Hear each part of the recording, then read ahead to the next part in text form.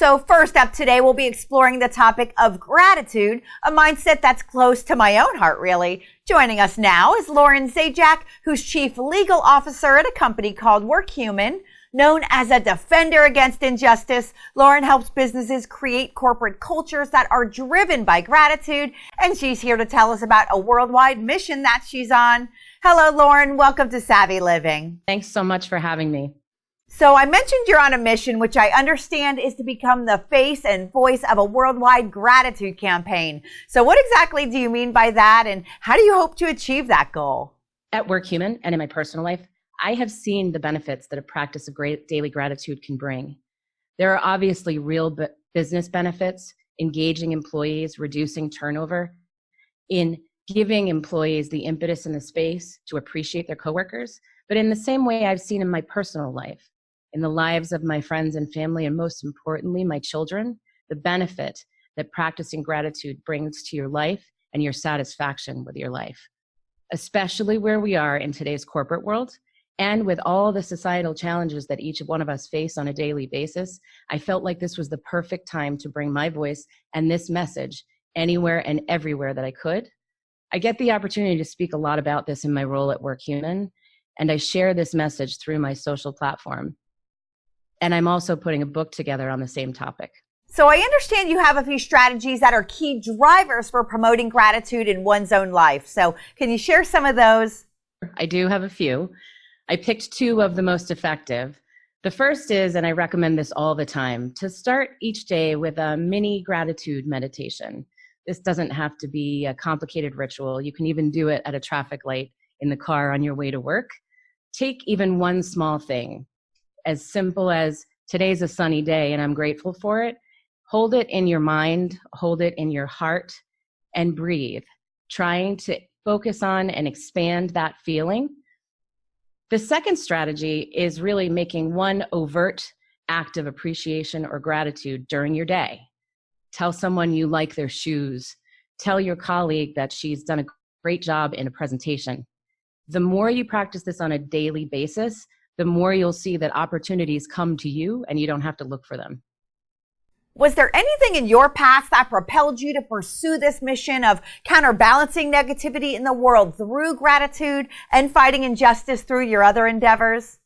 I've been in my role in the corporate world for over 20 years.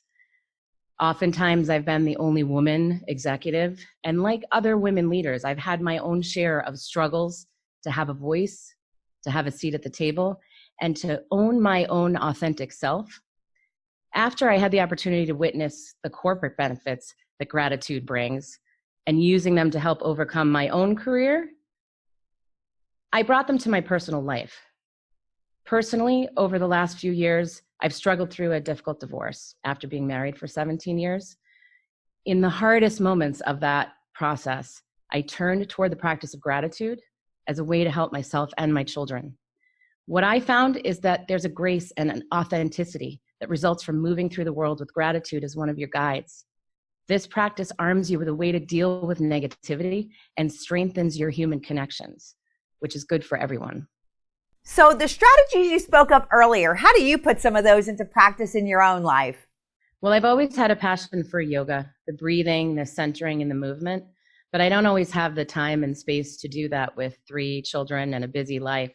So I find the time, even if it's only 10 minutes a day, to meditate. I've also started a practice with my children that we call a gratitude reflection. When I have the opportunity to have dinner with them, which is not all that often when they're running in 3 different directions, we share a moment, an interaction, something we were grateful for that happened during that day. When they were younger and we started this process, certainly they didn't understand it and they were a little grumbly about the practice. Now that they're tweens and teens, if I forget to mention the practice, they bring it up at the dinner. So how about in the workplace? How do you encourage and motivate individuals and corporations at large really to incorporate the gratitude strategies into their own lives and corporate cultures at large? I'm lucky enough to work for Workhuman, the best company that I know of at this practice. Workhuman's mission is about making work more human, and at the center of that is true gratitude and appreciation. But in working with my own teams, I try to end every meeting by expressing gratitude for the time and effort to put the meeting together.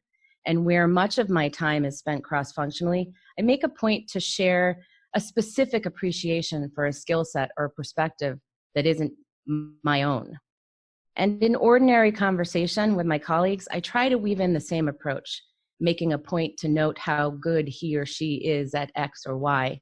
I think expressing gratitude is the perfect tool to model positivity.